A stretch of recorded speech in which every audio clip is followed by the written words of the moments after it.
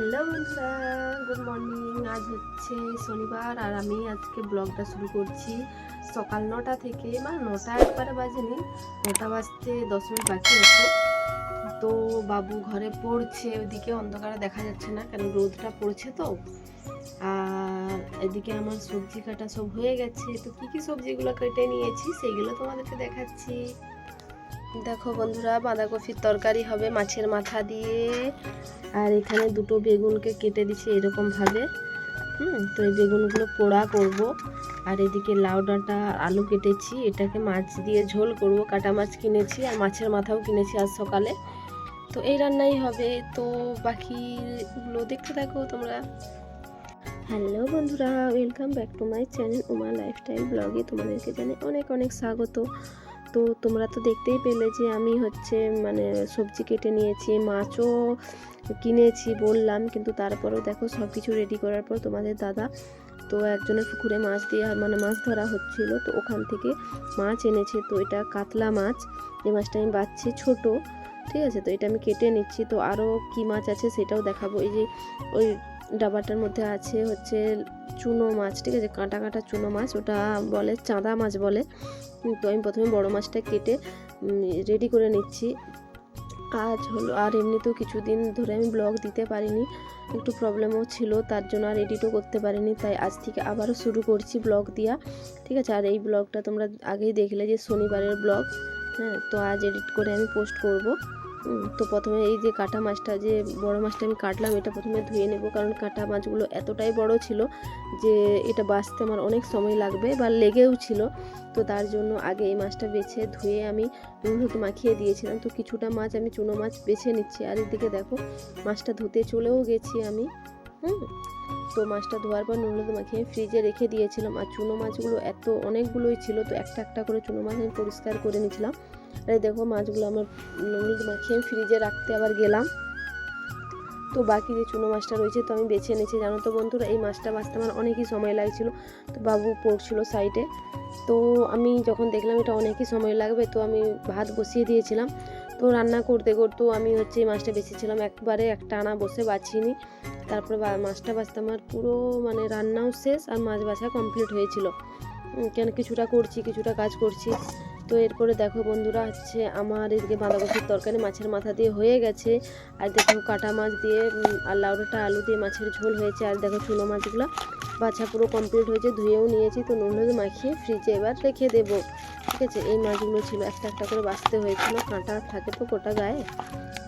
তো আমি ফ্রিজে রেখে দেওয়ার জন্য একটা টাওয়ার মধ্যে ভরে নিচ্ছি। তো রান্নাও একটু কমপ্লিট হয়ে গেছে, আর এদিকে আমার মাছ বাছাও কমপ্লিট হয়েছে।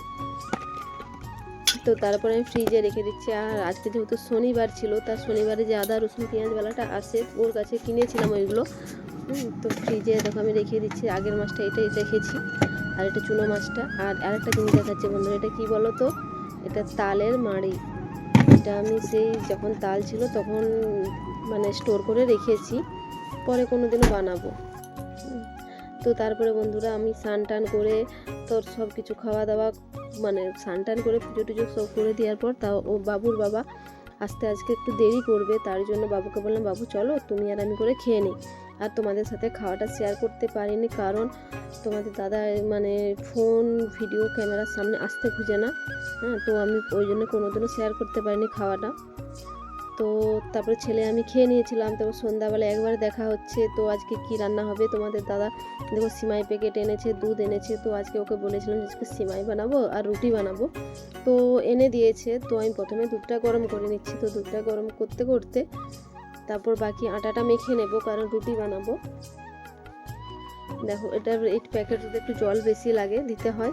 তো দুধটা এদিকে গরম হচ্ছে, জাল লাগিয়ে দিচ্ছি। তো তারপরে কড়াইয়ে বসিয়ে দিয়েছি, সিমাই বানাবো। আর দুধটা গরম হতে থাক। আর এদিকে যে বাকি জিনিসগুলো এনেছে, তো চিনি এনেছিল, তো চিনিটা আমি প্রথমে ডাবায় ভরে নিচ্ছি, তারপরে আটাটা মেখে নেব, কারণ এদিকে দুধ গরম হতে আটাটাও মাখা হয়ে যাবে জলদি করে। তারপরে দেখো যে কাজু কিশমিশ দেবো বলে ফ্রিজে যে কটা ছিল কাজু কিশমিশ ছিল না, কটা মোটে ছিল, তো যেগুলো ছিল ওইগুলো আমি একটু ছোটো ছোটো করে কেটে নিচ্ছি, ওই সিমাইয়ের মধ্যে দেবো। তো একটা পড়ে গিয়েছিল, তো একটা কুড়িয়ে নিলাম, দেখো এতগুলো। তারপরে আবারও দেখো এনেছি, আবারও পেয়েছি। তো ওইগুলো আমি রেডি করে রেখে দিলাম সব কিছু। তারপরে এদিকে আটাটা মেখে নিচ্ছি।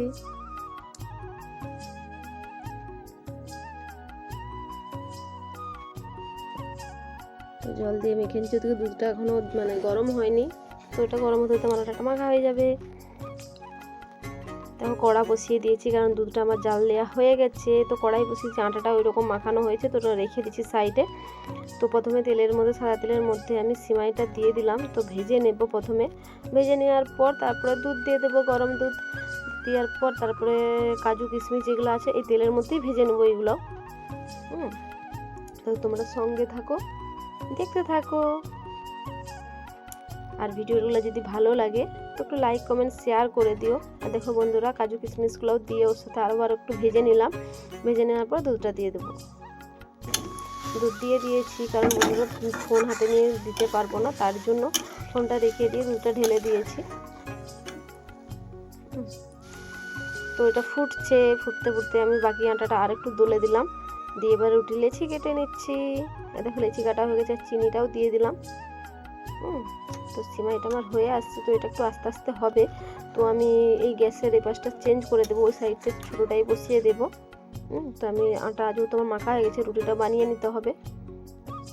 তো দুধের হাঁড়িটা সরিয়ে দিলাম, তো ওটা ওই পাশে চেঞ্জ করে দিলাম, ওটা আস্তে আস্তে হতে থাক। তো আমি এদিকে রুটি বানিয়ে নেব। আর ব্লগটা বেশি বড়, ব্লগটা শেষ করে দেবো, তো রুটিটা বানিয়ে নেই। আর যদি ভালো লাগে তো একটু আমার চ্যানেলটা সাবস্ক্রাইব করে আমার পাশে থেকো। তোমাদের ভালোবাসা আমার খুবই দরকার, তোমরা না সাপোর্ট করলে আমি কখনোই এগোতে পারবো না।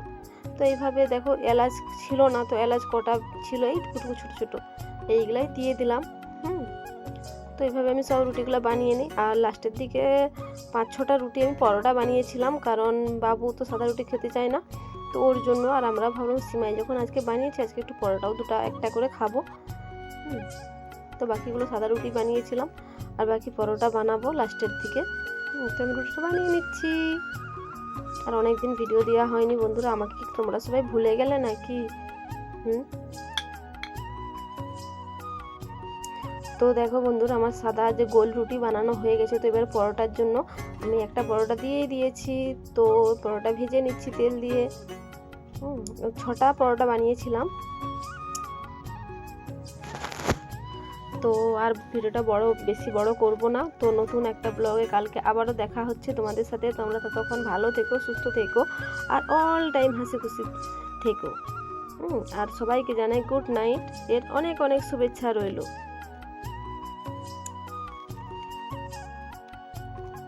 দেখো পরোটা আমি এইভাবে বেলে নেই, তোমরা কিভাবে বানাও পরোটা? কখনো গোল গোলও বানিয়ে ভেজে নিই তেল দিয়ে, বা কখনো সময় থাকলে এইভাবে বানিয়ে নিই।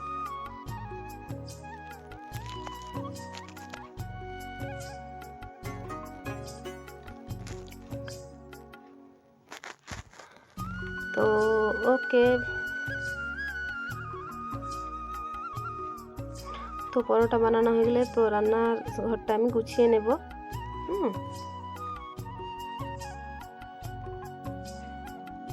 দেখো সব আমার রুটি বানানো হয়ে গেছে। তো লাস্ট ওটাও দিয়ে দিলাম। তো কি দিয়ে খাবো? আরও যে জানো তো বন্ধুরা, সেই দুপুরবেলার তরকারি রয়ে গেছিলো, বাঁধাকপির তরকারি। তো ওই তরকারিটা একটু গরম করে নেব, আর সিমাই দিয়ে রাতের ডিনারটা সেরে নেব। দেখো পরোটাও ভাজা হয়ে গেছে। তো বাঁধাকপির তরকারিটা আমি গরম করে নেব। আমি এরকমই জাম সমেত গরম করে নিই। এদিকে সিমাই আছে দেখো, আর এই যে বাঁধাকপির তরকারিটা গরম হচ্ছে, আর এই যে পরোটা আর নিচের রুটি আছে। ওকে বন্ধুরা, তো আজকের মতো টাটা, বাই, গুড নাইট। তো রাতের খাবার খেয়ে দিয়ে ঘুমিয়ে পড়বো। কালকে আবার নতুন একটা ব্লগের সাথে তোমাদের সাথে দেখা হচ্ছে। তো বাই, তোমরা সকলে ভালো থেকো, সুস্থ থেকো, টাটা।